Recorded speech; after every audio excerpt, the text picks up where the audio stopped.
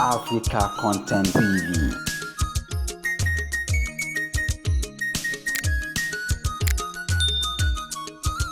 Thank you and good afternoon, everybody.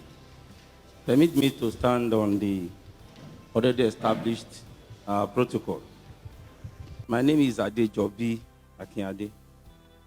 I am a Deputy Commissioner of Police and I represent the Commissioner of Police of Oyo State, CP Adebowale Williams, PSC Daga, FDC. I welcome you all to this gathering.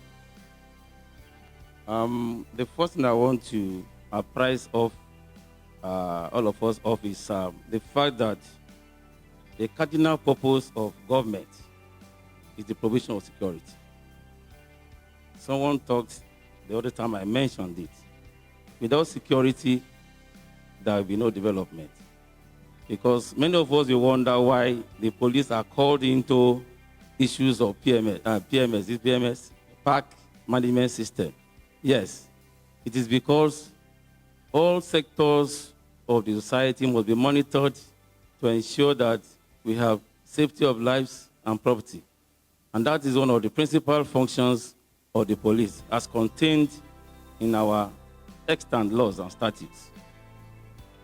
Going further, that is succinctly captured in the 1999 Constitution of the Federal Republic of Nigeria, particularly Chapter 2 of the Constitution, that talks about fundamental objectives and directive principles of state policies, where it says that the primary purpose of government shall be the welfare and security of persons in Nigeria.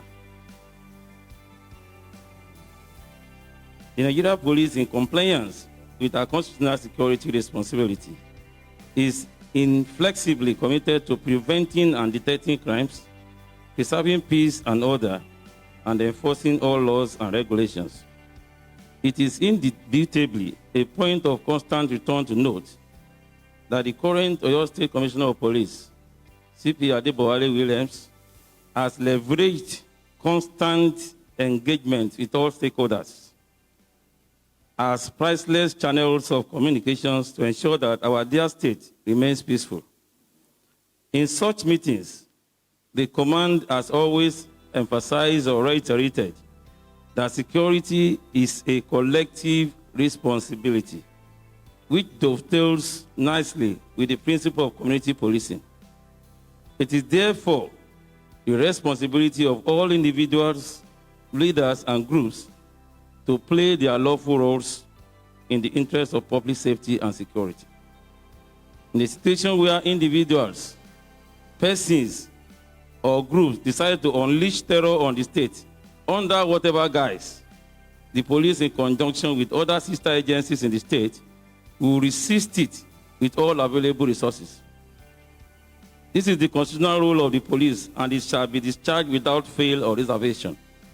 As a command, we shall take decisive actions in line with extant laws against any person or group fomenting troubles in the state. Leaders of trade unions and all other stakeholders that exercise degrees of influence on their followers are hereby reminded that they will be held accountable for any security infraction traceable to them and any of their followers. Let me speak Yoruba a bit. Kókó tí ó kan ọlọ́pàá ń bẹ̀ torí ẹ máa wò pé kí ló kan ọlọ́pàá ò ní wípé iṣẹ́ tí wọ́n gbà wá fún ni pé ká rí pé gbogbo nǹkan ń lọ létòlétò tí à ń pè ní peace and order. Ẹnìkan ò kàn lè dédé mú wa lọ́rùn kó gbogbo èèyàn lọ́rùn kó máa da gbogbo èèyàn láàmú káàkiri tàbí group of persons. It will not be allowed. Kò sí ẹni tó máa káwọ́ sẹ́yìn. Ọlọ́pàá ni o, sójà ni o, navy ni o, air force ni o, civil defense o, all of us that are involved, all of us that are in the community of security will not take it. Nípa ìdí èyí, iṣẹ́ tí wọ́n fi rán mi ni pé tí a bá ti bẹ ẹ̀yin bàbá wa àti ẹ̀yin ìyá wa tẹ́jọ wà nínú union lẹ́gbẹ̀ẹ́ kan, ká tún fà yín létí wípé ẹnikẹ́ni kankan ò kọjá òfin o. kò sẹ́ni tó kọjá òfin kò ẹnì kankan ò lè máa dàlú láàmú ká máa wòran iṣẹ́ tí wọ́n gbà fún nìyẹn àwọn ò dá sí park àmọ́ tó ń ṣẹlẹ̀ ń bẹ̀ ṣùgbọ́n wọn lè pè wá sí pé wọ́n ti bẹ̀yàn lórí síbi kan tàbí ti yìnbọn mọ́yàn ń bẹ̀ ká sọ pé ṣe báwọn páàkì ní kán mọ̀ yanjú ẹ̀ no sir ìdí tó gbé àwa síbí nìyẹn so kí ó ń kálukú kó ti ọwọ́ ọmọ ẹ̀bọ aṣọ so àwọn òfin kéékèèké kan wà because we have the right to announce to you the don'ts of the society what you should not do àwọn kan tí a ò gbọ́dọ̀ ṣe tí a ò bá fẹ́ rí ìbínú ìjọba for the purpose of this gathering and in this context tó bá àwọn bàbá wa lórí páàkì wí mo fẹ́ mú lẹ́yọ̀ kọ̀ọ̀kan bíi mẹ́rin péré àbí márùn-ún ni pé dẹ̀ fẹ́ ká farabalẹ̀ ká gbọ́ dáadáa kó má bàa di pé ọlọ́pàá wá sílé mi àbọ̀ ọlọ́pàá ń lé mi káàkiri ìwọ tó bá ti kọjá yẹ the police will not look for you and come to your house. Àkọ́kọ́ ni pé no person is allowed to be in possession of unauthorized weapons. This include dagger, gun, machete and criminal charms. Kò sí ẹni tó ní agbára láti máa gbé ìbọn káàkiri tàbí kéèyàn lọ ra àdá kéèyàn kó àdá sínú páálí bí ìgbà tí wọ́n fẹ́ gé ẹja. Kò sí àyè irú ẹ̀. Kò sí àyè irú ẹ̀. Àkọ́kọ́ nìyẹn o. Torí a ní intelligence pé àwọn èèyàn púpọ̀ ló sì níbọn tán kó sínú ilé.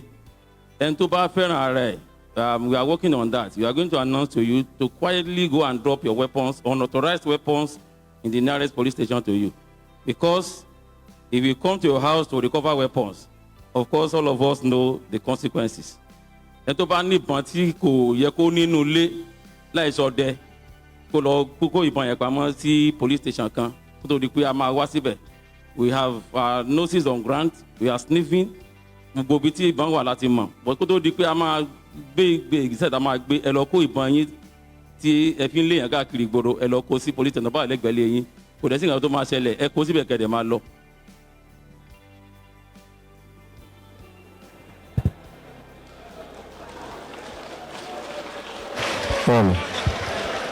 ẹ kó síbẹ̀ kẹ́ ẹ máa lọ kò sí tí ó ṣẹlẹ̀.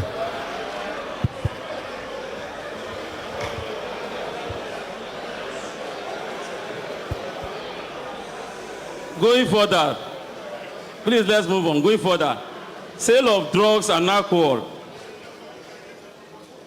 Sale of drug and alcohol will attract serious penalties as constant raids will be carried out at such locations. Gbogbo alamọ̀ yìí pé àwọn oògùn olóró tí àwọn ọmọ wa mú ń sìn ó ló ń jẹ́ kó rí wọn mọ̀ dàrú. So nínú páàkì yín ẹ̀yin bàbá wa tẹ́ jẹ́ lórí páàkì tán bá ti dá sílẹ̀ tán ẹ make sure pé àwọn ògógóró igbó gbogbo ẹ̀ ó rí jìnnà kúrò ní páàkì yín o. Òun ló ń jẹ́ ká máa fa wàhálà káàkiri ẹni tí ò bá rí gbóòmù kì í sábà dáràn ẹni tí ò bá fa agbáná tàbí tramadol kò ní máa jà káàkiri. So we are going to enforce all those laws. Respective leaders will be liable to any breach of law and order traceable to the park. Gbogbo ẹ̀yin bàbá wa tí ẹ máa fi jẹ olórí park lágbájá ló ṣe kò kàn mí tàbí mi ò mọ̀ irọ́ ló ń jẹ́ bẹ́ẹ̀ o. So I will cancel that. Tamati yan àwọn ọmọ ẹgbẹ́ yín fún yín. We do what we call profiling. Ẹ profile wọn kẹ́ ẹ mọ ọmọ burúkú ń bẹ̀. Tamati ẹ̀ka ìdìsọ́ gọ́ọ̀mẹ̀ntì pé eléyìí tẹ́ fi síbi kò dáa ẹ bá amúkúrò ń bẹ̀. Ara ṣẹ́ ẹ̀yin olórí ni o. Tẹ́ ẹ bá ti ṣe yẹn kò sígbà tí ò ní kàn yín o. Leaders should warn their members that the rules guiding their association should be used to resolve issues and the use of violence will not be tolerated. Gbogbo ẹgbẹ́ ló ní òfin. Àwọn òfin yín ní kẹ́ máa lò láti fi run affairs páàkì yín kò sí àyè violence pé lágbàtà ti ṣe nǹkan kan báyìí ẹ lọ bẹ lórí tàbí ẹ lọ fi mọ́tò wọ apply the rules and regulations of your respective trade unions. Leaders should warn their followers that the error of killing as a result of slight provocations can no longer be tolerated. Ìyẹn náà tó fara pẹ́ pé ọmọ yìí kò gbọ́ràn ẹ lọ pa. Nobody should kill anybody. Oh. That time has gone and it has passed. We are not in the Obesian state of nature. This is the modern society. Leaders who decide to hide and shield an offending member shall be held liable as a participant. Tí a bá trace ọmọ kan dé park yín pé a lè wọbẹ̀ pé ọmọ báyìí ló ṣe báyìí tán dẹ̀ ní ọmọ yín ni ẹ produce ẹ̀ fún wa ní tí yẹn ń sọ nìyẹn ẹ fà jáde jẹ́jẹ́ láì fa wàhálà. Each party leader is advised to provide his members. Each group association is enjoined to advise its members to report any policeman to us for necessary action and not to take laws into their hands. Yes, we agree that there are some members of the force, just like anywhere else, that are errants, that are not good. We admit and we agree, we acknowledge that fact. No, that is jungle justice. It will not be condoned, it will not be allowed. Tí ọlọ́pàá bá ṣe nǹkan fún yín, report fún police station tó bá wà níbẹ̀, wọ́n á dẹ̀ fìyà jẹ. I may bold to say that with due respect to the other agencies, out of all the agencies that you have as security agencies in Nigeria, the police is the one that is foremost in singling out errant officers. Our layman fìyà jẹ àwọn ọmọ wa jù tẹ́ bá ń wo television tẹ́ ń wo gbogbo ẹ̀. Recently, many of them have been dismissed, many of them have been reduced in rank. I think we deserve a clap for that. We are not saying that they are not bad, but report them to us. Don't take the laws into your hands and kill them or maim them or injure them. Report them. Finally, jungle justice is criminal, whether it's a policeman or it's anybody. You will impress that members will avoid the wrath of law. Eba wa sọ fún àwọn ọmọ yín pé tẹ́ bá fẹ́ kó fi ó mú yín, ẹ má jẹ́ kí wọ́n lu anybody pa sínú páàkì yín o, tàbí wájú páàkì yín, tàbí inú mọ́tò kan, tàbí anywhere. You cannot run away from the long arm of the law. Kò sí bí tí wọ́n fẹ́ sá lọ, àti pé kí lè ń sá fún ẹni tó bá ti ṣe owó ti fẹ́ kó gbádùn owó ẹ̀yìn. That is why it is not good to commit offences, because if you commit offences, we will go after you. Anywhere you are, we get you. And you will lè sá lọ forever. So that is the message from the Commissioner of Police. I wish you well. Ẹ pàtẹ́wọ́ fún wọn o.